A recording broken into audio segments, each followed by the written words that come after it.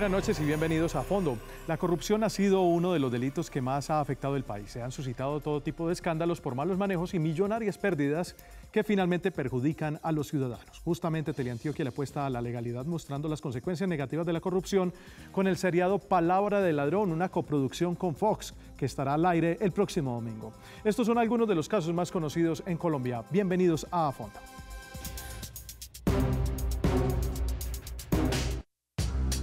Agroingreso Seguro. Fue un programa del gobierno diseñado por el entonces ministro de Agricultura Andrés Felipe Arias, que buscaba dar subsidios a pequeños agricultores. En octubre de 2009 se denunció que el programa habría entregado millonarios subsidios a narcotraficantes y prestantes familias del Magdalena y del Valle del Cauca. La Procuraduría General de la Nación formuló pliego de cargos contra Andrés Felipe Arias, quien fue condenado por la Corte Suprema de Justicia a 17 años de prisión. Está prófugo de la justicia y actualmente se gestiona su extradición desde Estados Unidos. El actual Ministerio de Agricultura trabaja para borrar este penoso episodio. Manejando los recursos públicos con planeación, manejando los recursos públicos con gente que esté comprometida con los procesos. Hay que tomar riesgos, ajustar procedimientos, tener procedimientos claros y ejecutar los recursos de una manera decente. Mientras uno lo haga así, normalmente no hay problemas. Intervención de Salucop. La EPS más grande del país, intervenida desde el año 2011, es uno de los casos de corrupción en el sector de la salud que causó revuelo en el país. La Superintendencia Nacional de Salud intervino a Salucop al evidenciar fallas reiteradas en el cumplimiento de las normas del sistema obligatorio de garantía de calidad de la atención de la salud. 1.7 billones de pesos que nosotros realmente no hemos podido recuperar y un país que está pensando única y exclusivamente en la cárcel. El problema no es la cárcel, el problema es que la intervención de Salucop debe llevar a la reparación del daño ejecutado sobre el Estado y sobre los usuarios de las EPS. Carrusel de la contratación. Este es un caso de corrupción política en Bogotá que se da durante la administración del exalcalde Samuel Moreno Rojas en el año 2010. La controversia se desató al conocerse pruebas que evidenciaban la negociación de multimillonarias comisiones por parte de Germán Olano, excongresista de la República, al empresario Miguel Nula Velilla, quien manejaba gran parte de los contratos de distintas obras públicas que se desarrollaban en Bogotá. El Estado llegó a presentar un detrimento patrimonial cercano al billón de pesos. Yo recuerdo muy poquitos casos de esos, que el alcalde en ejercicio de funciones es destituido y metido en la cárcel para iniciarle un proceso judicial que todavía está en marcha. Y luego se empieza a destapar todo y aparecen personalidades de su familia, más los contratistas, y nos damos cuenta que allí lo que estaba ocurriendo era apropiarse de los dineros del Estado, de los dineros públicos, de una manera como muy novedosa. Basuras en Bogotá. Según la Procuraduría General de la Nación, se probó que el alcalde Gustavo Petro, de manera libre, consciente y voluntaria, ordenó asignarle la prestación de servicio de aseo a 2 empresas sin experiencia. Por este escándalo fue destituido el alcalde Gustavo Petro, quien fue reintegrado a su cargo por cuenta de un fallo de tutela que el Tribunal Superior de Bogotá profirió a su favor. Por esa acción un tanto irresponsable, que no escuchó los estudios de universidades como la Nacional y de otros organismos defensores del medio ambiente, esta actuación del alcalde llevó no solamente a poner en peligro la salubridad de la ciudad, sino también, como evidentemente se ha demostrado, se despilfarraron muchos de los recursos públicos. Hay unas sanciones de más de 60.000 millones de pesos que tienen que pagar todos los contribuyentes por esta improvisación del alcalde capitalino. En Antioquia, las autoridades aseguran que luchan incansablemente para combatir la corrupción en los distintos sectores.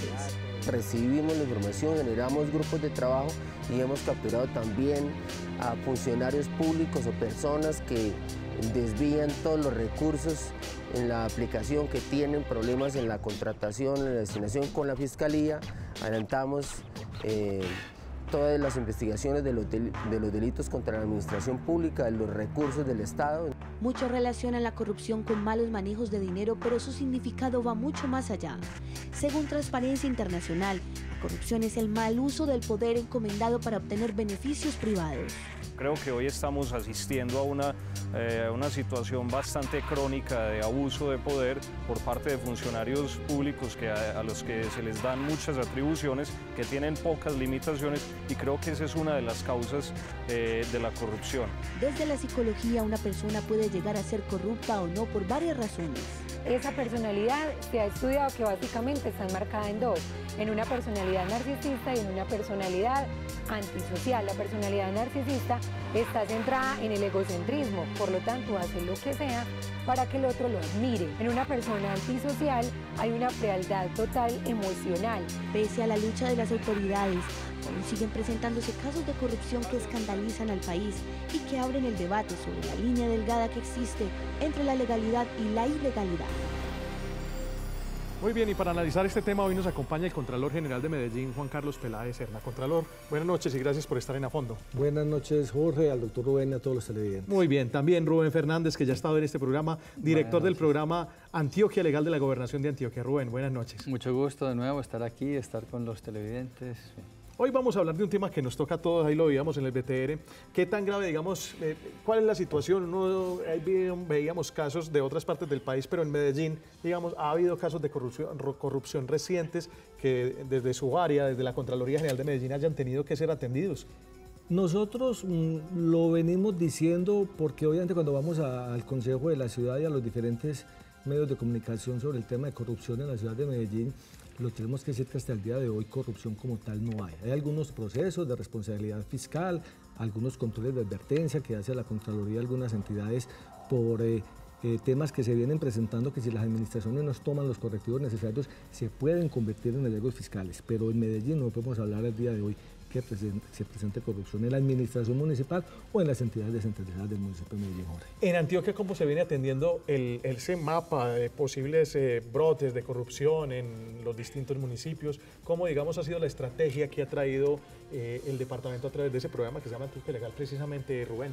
Sí, para nosotros está muy claro que el principal antídoto contra la corrupción es la transparencia. Claro. Por supuesto, no hay ninguna vacuna que nos permita decir pues, que si una administración es transparente, entonces no habrá corrupción. Pero sin duda alguna, la opacidad, la oscuridad es un ambiente mucho más adecuado para que haya malos manejos. Y lo digo porque a diferencia de Medellín, digamos que Medellín trabaja con el municipio de Medellín y unas entidades descentralizadas. En el caso de Antioquia también ustedes prestan atención en esa adjudicación que se hace a 124 municipios en muchos casos. Así es. Más complejo a veces. No, hay unos resquicios tal vez más difíciles de controlar. Por supuesto, porque aquí estamos hablando incluso de la concurrencia de 3 niveles, ¿cierto? Que es el nivel nacional que actúa incluso en los municipios y la región. Es el nivel departamental que lo hace y el nivel local. Esas 3 cosas pues no siempre funcionan de manera conveniente. Pero esa estrategia que hemos estado nosotros promoviendo con las ferias de la transparencia, con la rendición de cuentas, con las cosas que hemos hecho en ese campo, cosas en las que estamos trabajando, por ejemplo, también con la Alcaldía de Medellín en estrategias de distinto orden, creo que es una cosa que nos ha dado un resultado muy positivo y que permite que, digamos, como lo decía el señor Contralor, que en esta región, a diferencia, por ejemplo, de lo que veíamos al comienzo, no tenemos una situación como estas. Ahora, permítanme hacer una aclaración que yo creo que es importante y que los televidentes la vean también con toda claridad. Una cosa es cometer equivocaciones en el servicio público o incluso cometer arbitrariedades, y otra cosa distinta es aprovecharse de eso para el beneficio personal, que es lo que consiste la corrupción. Por ejemplo, la Contraloría cumple un papel muy importante en prevenirnos, lo ha hecho con nosotros como gobierno. Ojo con esta cosa, ojo con esta otra, pilas con estos términos de contratación, para que no se configuren errores propiamente a la hora de adjudicar un contrato o de desarrollar una obra. Pero usted no puede decir ahí que hay corrupción, puede haber errores incluso. Yo lo digo porque, por ejemplo, ahí hay un margen complicado de evaluar en casos como los que vimos, por ejemplo, como el del alcalde de Bogotá, por supuesto, Gustavo Petro, ¿cierto? Porque hasta ahora ahí, en ese caso al menos, no está configurado, no está demostrado el beneficio personal o de su familia del hecho, ¿cierto? ya la valoración que hagan los televidentes o incluso las propias autoridades pues era otra cosa, ¿cierto? Que no escuchó las advertencias que precisamente le hacían órganos de control como la Contraloría y otra serie de cosas. Sin duda estamos o podemos estar ante una actuación equivocada, pero no propiamente ante el beneficio personal de esa actuación. Yo creo que eso es muy importante aclararlo porque tendemos a meter en un mismo saco todas las cosas y eso es problemático. Por supuesto. Mapa de riesgos en Medellín. Ustedes me imagino que lo han identificado dentro de esa actuación que tienen prevista para una ciudad como la nuestra. Y yo le complemento un poquito, Jorge, y a los televidentes lo que decía el doctor Rubén, y el tema del control que nosotros ejercemos, las contralorías pues, a nivel nacional, departamental y municipal, ejercemos control posterior y selectivo. Pero eso no implica que ese control posterior y selectivo sea a los 2, 3, 4 años cuando ya no hay nada que hacer. Por supuesto. Nosotros estamos hoy actuando en tiempo presente, en todos los procesos de contratación. En tiempo real. En tiempo real, o sea, estamos en todos los procesos. Por decir algo, hoy estamos revisando todo el tema del tranvía de Ayacucho que lo están construyendo. Entonces, nosotros estamos ahí vigilando que todos esos procesos se lleven a cabo en debida forma. El tema de MetroPlus, siempre estuvimos nosotros ahí muy pendientes, y cuando arrancó el MetroPlus, el tema de la estación San Pedro, que ya pues hubo pronunciamiento de la Procuraduría, donde disciplinariamente dijo que unos funcionarios no estaban vinculados, no tenían responsabilidad disciplinaria, pero nosotros como Contraloría General de Medellín seguimos adelantando el proceso desde el punto de vista de posible detrimento patrimonial. Claro, aquí ha habido el tema del metro, ustedes se han pronunciado, el tema de MetroPlus, de la estación San Pedro, por ejemplo, han hecho pronunciamientos muy claros sobre eso. Hubo un tema muy recientemente que tuvo que ver con la Secretaría de Infraestructura Municipal. En ese caso, ¿cómo intervino, por ejemplo, la Contraloría Municipal? Entonces, desde el punto de vista de posible detrimento patrimonial, ¿qué hace la Contraloría independiente de lo que está haciendo la Procuraduría desde el punto de vista disciplinario y la Fiscalía desde el punto de vista penal? Nosotros vemos qué posible detrimento patrimonial hubo. Entonces, tenemos que llamar al doctor Diego Gallo, empezar a mirar entonces a llamar a la directora de la DUC. ¿Y lo van a hacer? Empresa. Claro, en eso estamos ya, inclusive citamos al doctor Diego Gallo en la indagación preliminar que se hace, donde ya tendrá que tomar la decisión la Contraloría, la Unidad de Responsabilidad Fiscal, si se abre el proceso con posible detrimento patrimonial. Hasta hoy estamos apenas en esta etapa preliminar y no se ha tomado ninguna decisión. Muy bien, ese es un caso particular, pero digamos, y quiero ahondar un poco, ¿cómo se determina un mapa de riesgos? Porque yo creo que ustedes también desde sus respectivas entidades hacen un mapa de riesgos para evaluar dónde puede existir un brote de corrupción. Lo han hecho en Antioquia, ¿cierto? Claro, por supuesto. De hecho, es que hoy los entes territoriales tenemos una obligación por ley de construir ese tipo de mapas, de tratar de identificar dónde están los principales riesgos de que se cometan actos de corrupción. Por supuesto que en la contratación, que es donde se mueven los recursos, donde unos recursos públicos se ponen en manos de un contratista para que provea un servicio, para que preste, para que construya un bien, una carretera, un puente o algo por el estilo, ahí es donde hay más posibilidades de que las cosas se presenten. Pero también estamos hablando de casos más pequeños. Hay uno reciente, pues, no quiero mencionar los nombres por supuesto, pero de un funcionario que utilizaba el poder que tenía de introducir en las bases de datos de la gobernación las áreas de predios rurales que a cambio de recibir plata modificaba el tamaño de grandes predios para que esa persona tuviera que pagar menos impuestos. Por ejemplo, ese es un caso pues que no estamos hablando de los billones que se veían al comienzo, pero son usos indebidos del poder. En este caso pues es el poder de estar frente a un teclado y una pantalla, recibir una coima y modificar una situación que beneficia a un tercero. Estamos hablando, por eso digo yo creo que ahí hay una idea de que esta es una región que en general estas grandes cosas no nos han pasado, pero no significa, por supuesto, pues que no tengamos otras cosas muy pequeñas. Hay una complejidad. Usted, digamos que hay la gobernación a través de unos programas en los cuales participa la comunidad, priorizan unos recursos de presupuesto participativo, por ejemplo, lo mismo pasa aquí en Medellín. ¿Qué vigilancia uno, digamos, en un pequeño municipio, bien alejado, en Urabá, en el Bajo Cauca, en el Magdalena Medio, le hace uno a la ejecución de recursos que a veces terminan en manos de unos líderes comunales, por ejemplo, que determinan un puente o una carretera o que lo priorizan para otro beneficio para sus comunidades? ¿Cómo puede saber uno que esos recursos fueron bien ejecutados? No, hay una serie de controles, por supuesto, que normalmente cuando se hace un contrato hay algún servidora pública de las dependencias de la gobernación o de la alcaldía o de quien sea, quien se encarga de supervisar que esos recursos se ejecuten de una manera adecuada.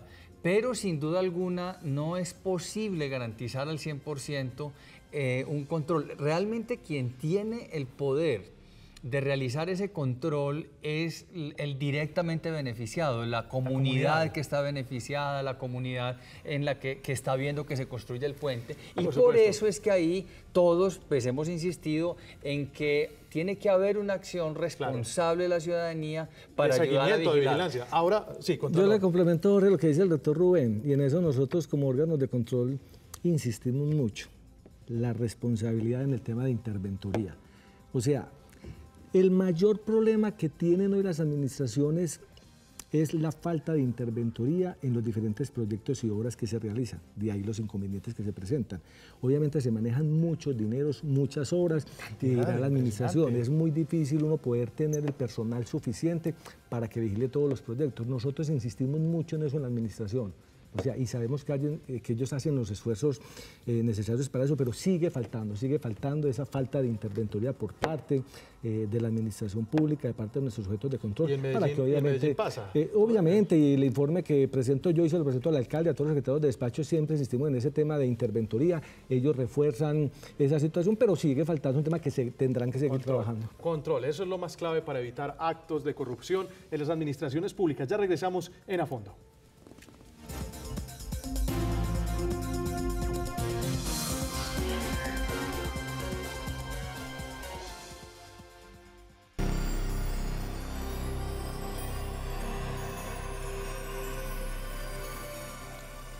Estamos hablando de corrupción en A Fondo y para ello nos acompaña el Contralor de Medellín, Juan Carlos Peláez, y también nos acompaña el director del programa Antioquia Legal de la Gobernación de Antioquia, Rubén Fernández. Estamos hablando en el intermedio que la corrupción no solamente se da en el sector público, el sector privado también tiene una gran parte de responsabilidad en este tema cuando suceden este tipo de hechos, Rubén. Efectivamente, pues de hecho es casi seguro que cualquier acto de corrupción es un cohecho, es una situación en la cual hay alguien en el sector privado y alguien en el sector público que interactúan de manera fraudulenta para obtener beneficios mutuos, digamos. Casi siempre es así, es decir, vemos por supuesto solo el lado de los recursos públicos porque es el que más nos duele, pero en el otro lado también existe. Pero también además hemos sabido, es una discusión que tenemos, por supuesto, hay prácticas de este orden en los departamentos de compras de las grandes empresas para beneficiar a un determinado proveedor y no a otro. Cosas de este estilo pasan también ahí. A ver, por ejemplo, cuando llega la administración del actual gobernador,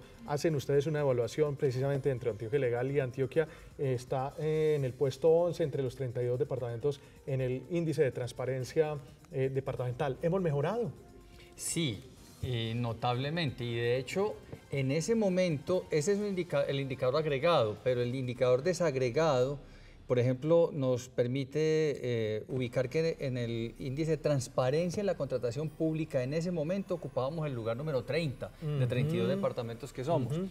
El año pasado, que tuvimos la última medición, Antioquia estaba en el primero o segundo lugar. Nos disputábamos ese lugar con Risaralda, que siempre me ha llamado la atención, pues que nos logra ganar por algunos punticos, pero efectivamente pues estamos ya en el top de la tabla. Hablemos de Medellín. Medellín en esos indicadores de transparencia, digamos, ¿cómo está? ¿En contratación? ¿Cómo está la ciudad? Perdón, mejor yo me hablo un poquito de lo que decía el doctor Rubén con respecto también al sector privado, porque nosotros desde la Contraloría venimos trabajando un proyecto muy bonito que es la red de participación y de transparencia con el sector privado. Hemos logrado vincular aproximadamente 60, 70 empresas del sector privado muy importantes de la ciudad y a nivel nacional y que tienen sede aquí en Medellín, donde nosotros le estamos diciendo, bueno, ayúdenos ustedes también a que haya sus funcionarios, para que la gente de ustedes entienda que esto es de todos, que los recursos públicos hay que cuidarlos, que tanto los bienes como los recursos públicos hay que cuidarlos y que obviamente desde ellos, desde allá, desde sus entidades privadas, pues obviamente no se presten para que de pronto desde la administración pública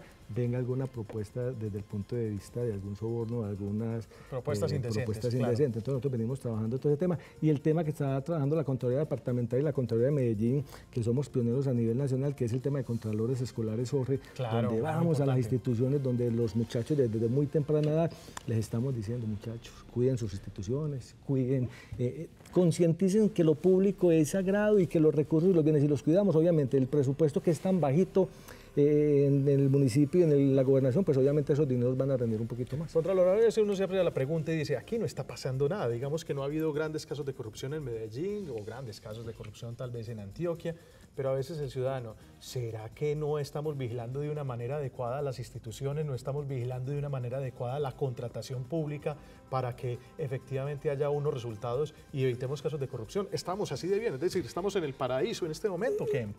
Yo creo que el trabajo que hacemos lo hacemos con responsabilidad y los diferentes proyectos que evaluamos nosotros desde la Contraloría son proyectos de mucha plata, ejemplo de Ituango. Nosotros estamos ahí revisando y se presentan problemas de tipo administrativo, problemas de tipo fiscal desde el punto de vista que en la liquidación de un contrato no pagaron el impuesto de guerra y entonces nosotros hacemos la observación y hacemos el llamado de atención, inmediatamente el contratista consigna esos dineros, se recupera esa plata. Temas entonces, administrativos. Nosotros aquí en Medellín, hasta hoy, lo que llevamos nosotros en la Contraloría, no podemos decir otra cosa de que corrupción en Medellín nosotros no hemos detectado. O sea, los dineros de Medellín, y cuando presentamos ese informe en el Consejo de la Ciudad, el estado de las finanzas que lo presentamos ahora en el mes de julio, obviamente se ven esos resultados desde el punto de vista de utilidades de empresas públicas que son 1.7 billones de pesos, la recuperación que ha tenido el Hospital General, la recuperación que ha tenido Metrosalud, desde el punto de vista financiero es una ciudad que ha manejado muy bien su presupuesto ahora. En Antioquia, por ejemplo, las ferias de la transparencia, digamos, ese programa, ¿qué resultados ha permitido obtener en materia para mermar índices de legalidad y posibles brotes de corrupción? Yo creo que lo que hemos logrado con esto es que la ciudadanía, por un lado, entienda la importancia de vigilar, porque en las ferias de la transparencia las organizaciones y las personas pueden ver con quién se está contratando, qué se está haciendo. Y en muchos casos, pues en la mayoría de los casos incluso estamos hablando de que es la primera vez que hay una presentación de ese orden ante la ciudadanía en Zaragoza, en Ituango, en Peque, qué sé yo. Y yo creo que eso es un paso muy importante. Ahora, yo sí quiero destacar algo. A mí me parece importante también que la ciudadanía vea que ha habido una sucesión en el municipio de Medellín en particular de buenos gobiernos. Sí. Y eso es una cosa que es importante decírnosla también. Porque claramente está demostrado que en estas instituciones, cuando la cabeza institucional envía un mensaje claro en el sentido de que aquí la corrupción no está bien vista y aquí llegamos fue para servir al público como es nuestro deber, eso produce efectos muy importantes, ¿cierto? Y eso es una cosa que hay que decirla claramente. Nosotros, por ejemplo, cuando llegamos a la administración departamental, consignamos una serie de irregularidades que encontramos que no estaban suficientemente explicadas a nuestra manera de ver, que tenían que ver con la administración de algunos recursos que están consignados en el libro blanco. Ahí la Contraloría Departamental hizo después una evaluación y encontró que la gran mayoría de cosas que planteábamos ameritaban alguna indagación y en eso se está. Entonces yo sí creo que en esa medida nosotros podemos decir que, porque alguno de los comentaristas del comienzo planteaba que en general la situación era que el poder público estaba siendo mal utilizado y yo creo que esa es una generalización problemática. Claro. Porque en muchos casos es así, pero también tenemos muchos casos en donde no es así. Buenos alcaldes, buenos servidores públicos en general, buenos contralores, buenos profesores universitarios, todo eso se combina para decir que en esta región tenemos una cosa interesante al respecto. Y programas como Antioquia Legal, sin lugar a dudas, tratan de ponerle un tapón a eso y también las contralorías, Contralor, sin lugar a dudas. Y de hecho, Jorge, también encontramos arreglos fiscales y hay imputación de responsabilidad fiscal de algunos funcionarios de rango medio, del segundo o tercer nivel, también se presenta y obviamente se imputa con responsabilidad y ellos tendrán que responder por esos recursos. Bueno, Rubén Fernández de Antioquia Legal, muchas gracias por estar en A Fondo. Gracias a usted y bueno, de nuevo un saludo a todos los televidentes. Muy bien, Contralor General de Medellín, Juan Carlos Peláez, gracias por estar en A Fondo. Gracias a usted, Jorge, por la invitación, un saludo para todos los televidentes. Seguiremos hablando de este tema sin lugar a dudas. De esta manera llegamos al final del programa, nos vemos el próximo martes a las 9:30 de la noche, opine en nuestras redes sociales @teleantioquia, numeral A Fondo y no se pierda el domingo Palabra del Ladrón. Que tengan una feliz noche.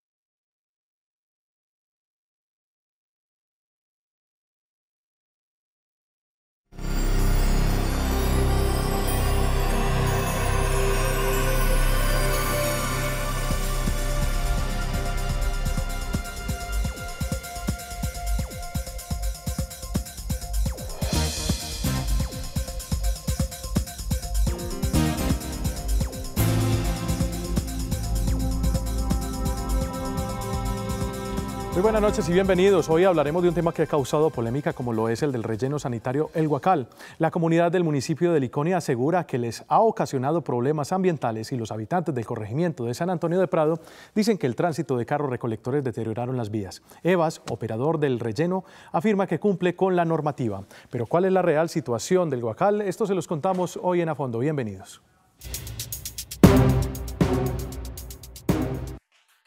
El Guacal está ubicado a unos 25 kilómetros del sur del Valle de la Aburrá, en el municipio de Licuña.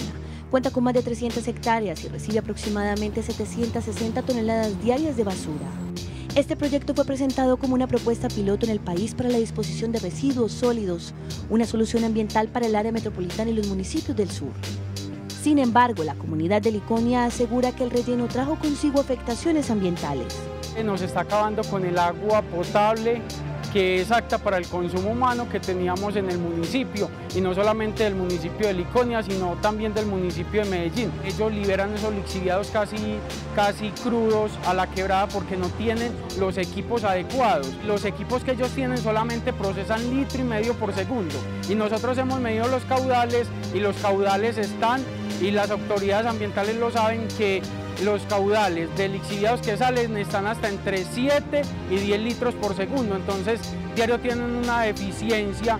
Estas imágenes grabadas por un aficionado de Liconia muestran lo que sería la contaminación de la quebrada La Morra. Estos son los lixiviados del color que se mantiene. Se escucha la voz de uno de los líderes de la comunidad en el momento en que se arroja gran cantidad de lixiviados, sustancias altamente tóxicas que provienen de la basura.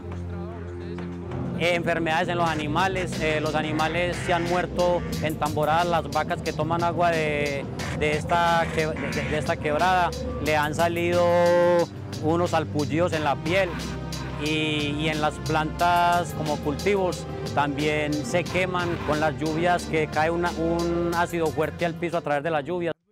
Pero el Guacal no solo ha afrontado problemáticas ambientales. La comunidad del corregimiento de San Antonio de Prado está inconforme por la movilización de los carros de basura que pasan por el parque y ha provocado el deterioro de las vías. Este carro se dirige hacia el Guacal, vienen los carros, los pesados que pasan, donde están deteriorando nuestra carretera. 20 mulas de 32 toneladas diarias, 80 carros de basura también pasan de 10 toneladas, suman más o menos 1.200 toneladas diarias. Y el centro industrial se supone que era para 400 toneladas más o menos, o sea que mire la cantidad de tonelajes que están llevando. Además del deterioro de la vía por huecos como este, algunas personas de la comunidad de San Antonio de Prado están preocupadas, pues muchos de estos vehículos se movilizan con exceso de velocidad. Esta mujer perdió a 2 familiares, murieron arrollados por un camión recolector. Ellos bajaban y el carro basurero subía muy arriba, muy recostado hacia arriba, y le dio. Y ahí se fue, y que no se dio cuenta que los habían matado. Ellos bajan a toda velocidad, es que ellos por lo menos debieran entender. Y hasta el televisor empieza a titilar porque es que vibran mucho, porque bajan corriendo, es que bajan esas riadas mulas. Corantioquia, entidad ambiental, confirmó que son varias las irregularidades ambientales en el Guacal y que incluso por dificultades en años anteriores tuvo una sanción millonaria. Fue la multa impuesta por 940 millones aproximadamente, pero a su vez de la fecha en que fue impuesta esta sanción al día de hoy, pues se han aperturado 3 nuevos procesos sancionatorios, 3 relacionados con el tema de vertimientos por encima de los límites. Con estas descargas como tal que han estado por encima de los límites sí se han presentado dificultades, la misma empresa lo sabe. Evas, operador del Guacal, asegura que da el tratamiento adecuado a los residuos y a los lixiviados y realiza varias visitas técnicas, inspeccionando la zona como se muestra en este video. Se espera que en los próximos días se revele un informe de la mano de Procuraduría y Corantioquia para determinar cuál es la real situación del Guacal. Para analizar este tema hoy nos acompaña en el set de A Fondo Fabio León Ruiz, gerente de Evas, operador del Guacal. Fabio León, buenas noches y gracias por estar con nosotros. Muy buenas noches para todos y para Jorge especialmente. También está con nosotros Guillermo Mesa, abogado ambientalista, conocedor de la problemática del Guacal. Guillermo, gracias por estar con nosotros. Muy buenas noches y gracias por la invitación y gracias al doctor Fabio por asistir a este debate. Bueno, ¿por qué el Guacal es un relleno sanitario?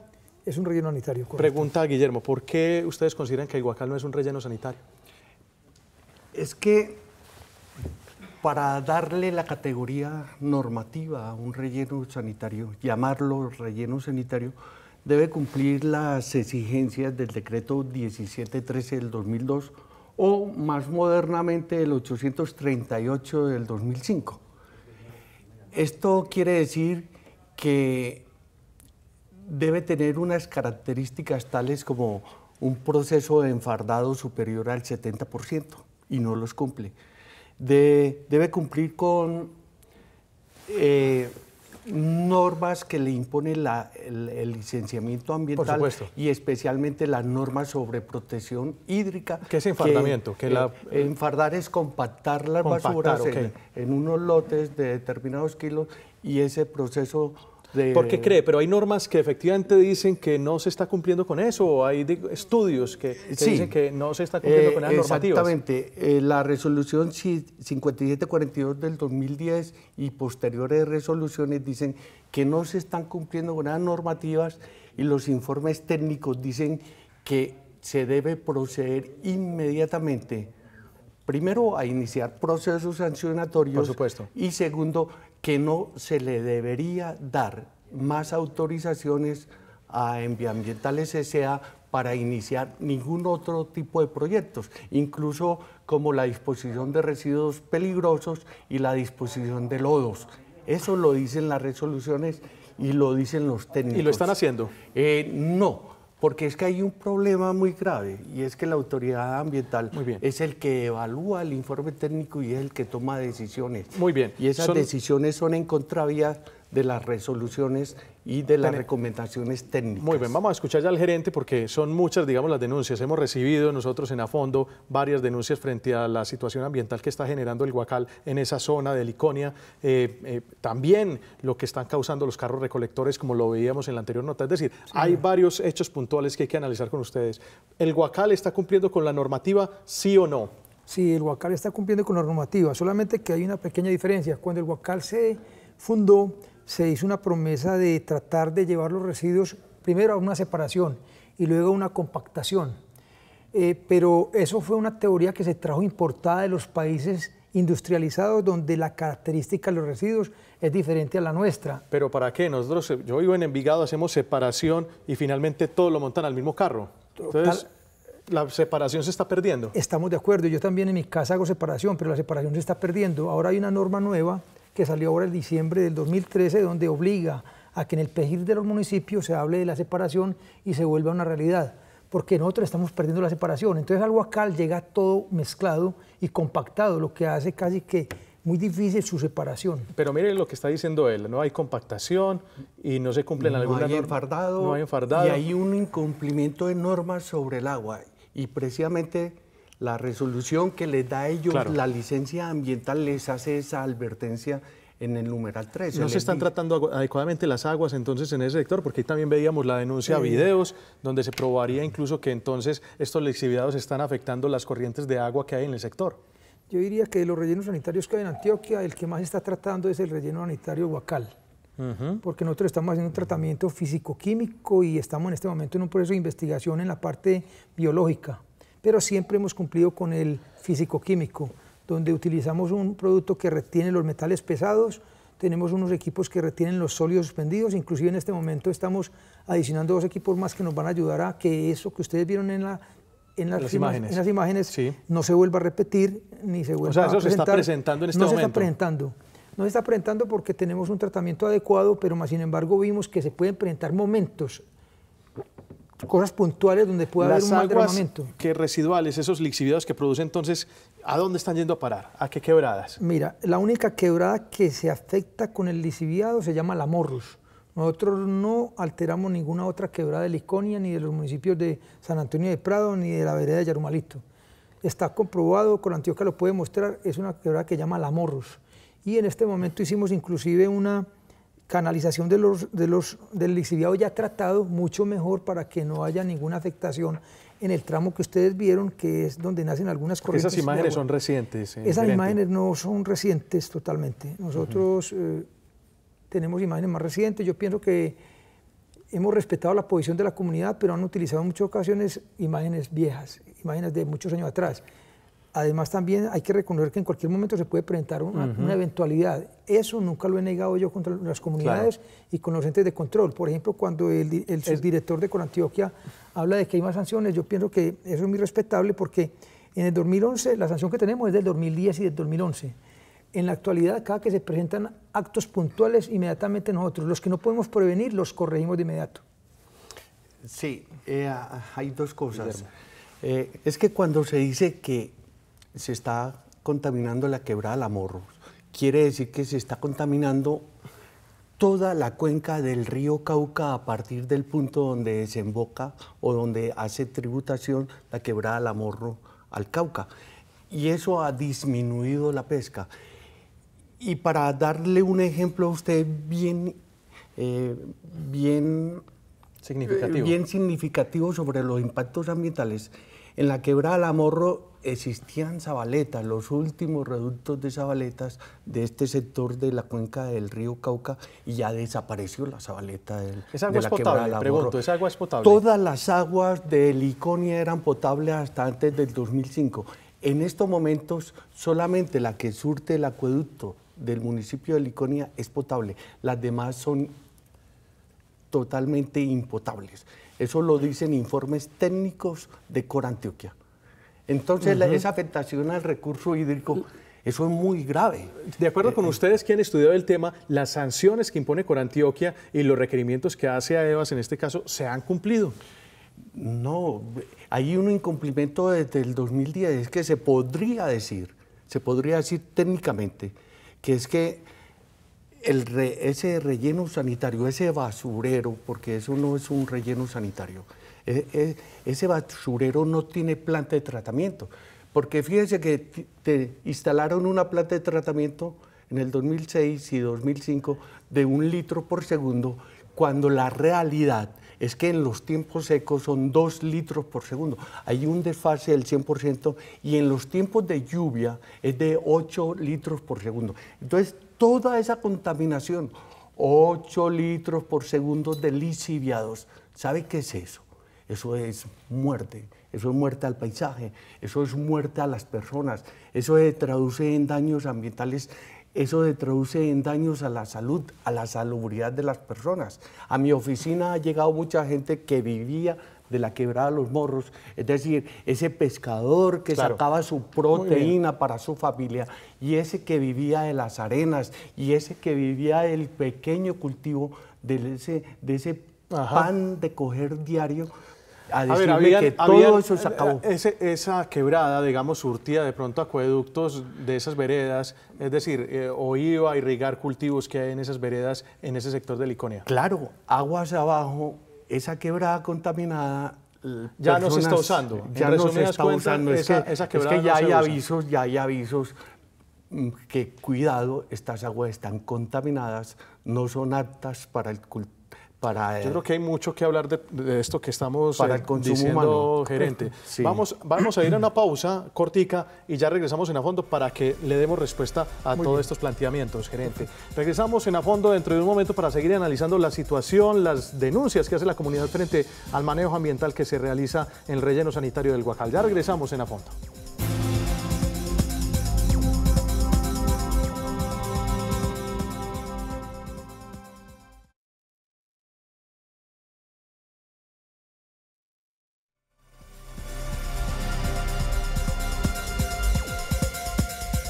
Muy bien, continuamos en A Fondo y estamos analizando las afectaciones ambientales que, según la comunidad de un sector de Liconia, está causando el relleno sanitario del Guacal, precisamente en algunos sectores de ese municipio cercano al área metropolitana. Estamos con el gerente del Guacal, la empresa que opera ese relleno sanitario. Se trata de EVAS y se trata de su gerente Fabio León Ruiz.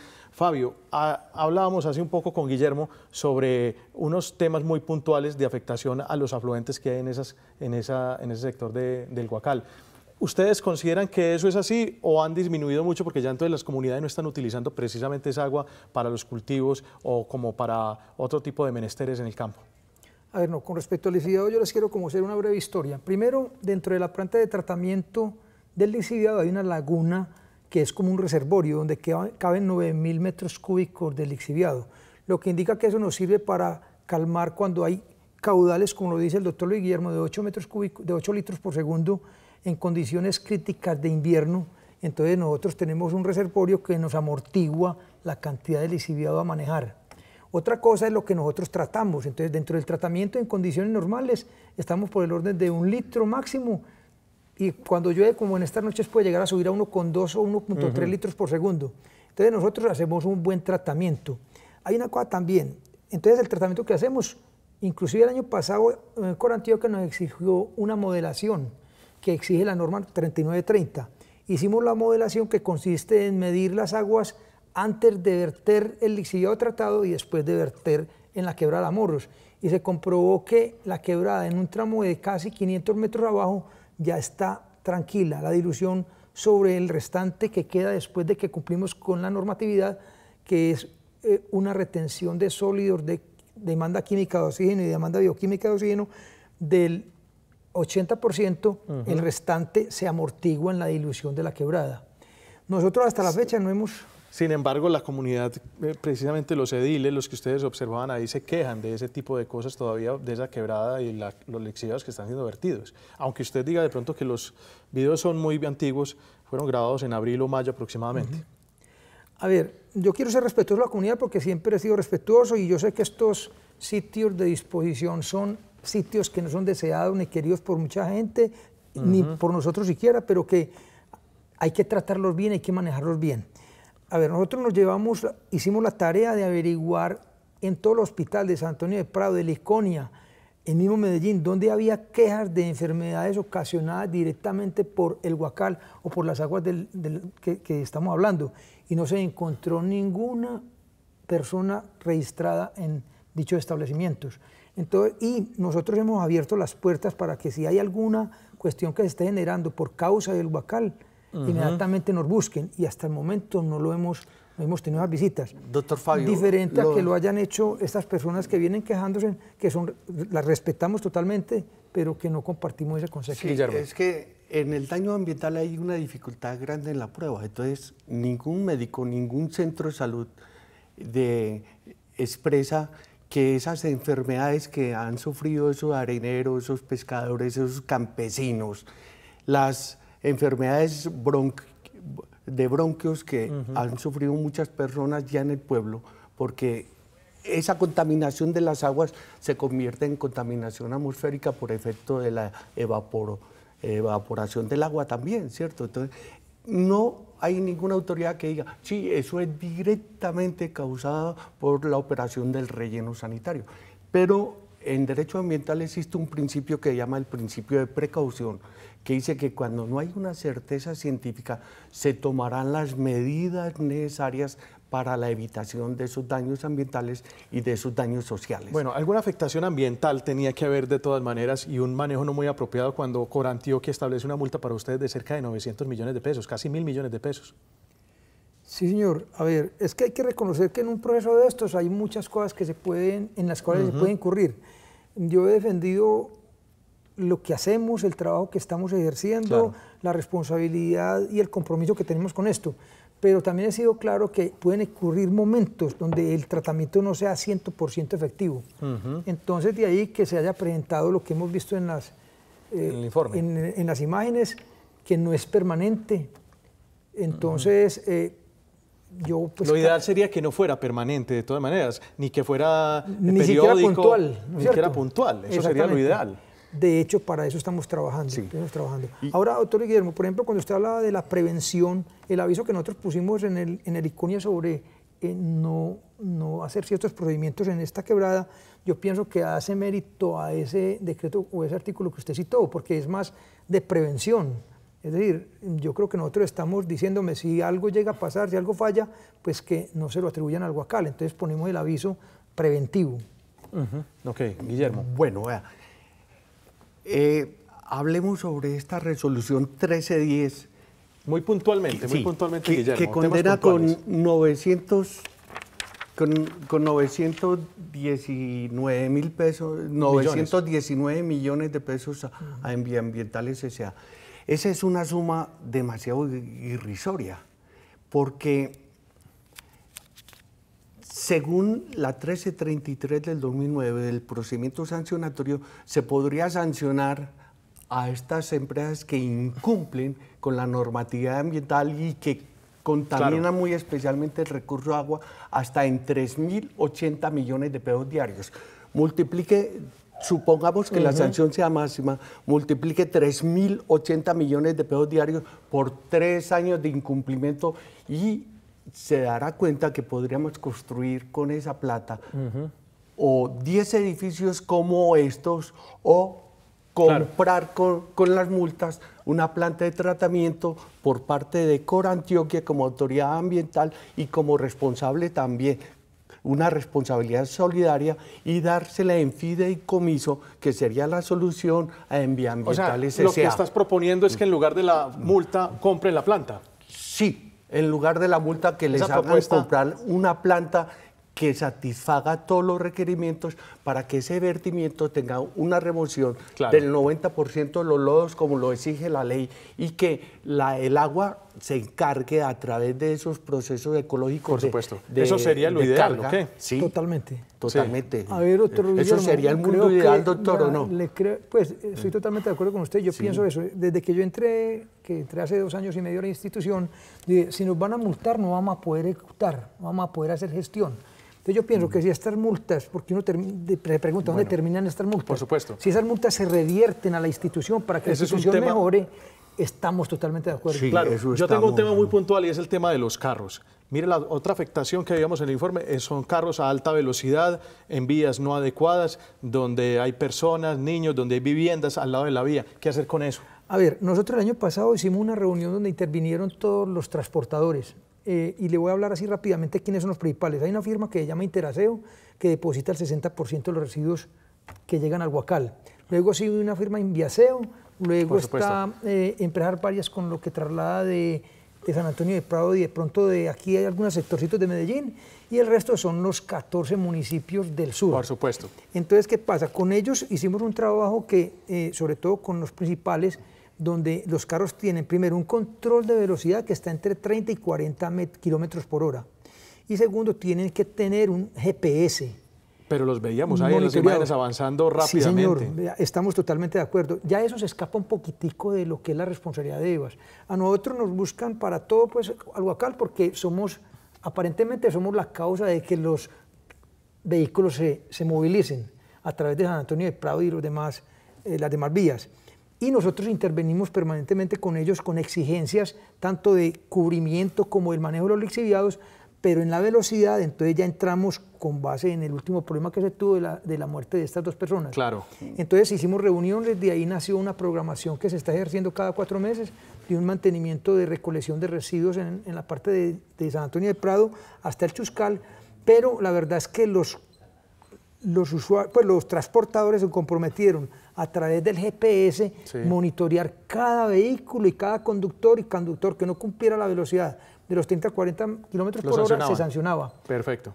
Exacto. Bueno, nosotros llegamos hacia el final de A Fondo. Es un tema muy extenso, se nos queda corto. Yo creo que seguramente vamos a trabajar este tema en otras oportunidades. Guillermo, ambientalista y experto en esta problemática, gracias por acompañarnos hoy en A Fondo. Gracias a ustedes y volveré por acá. Claro que sí, por acá será bienvenido. Pero ya a ofrecer soluciones. Eso sí. Y también Fabio León Ruiz, el gerente de EVAN, muchas gracias por estar con nosotros también hoy en A Fondo. Muy amable, Jorge. Muy bien, así llegamos al final de este programa. No olvide opinar en nuestras redes sociales @Teleantioquia @ A Fondo. Muchas gracias por su compañía y recuerden que nuestra cita es a las 9:30 de la noche todos los martes por Teleantioquia. Gracias y feliz noche.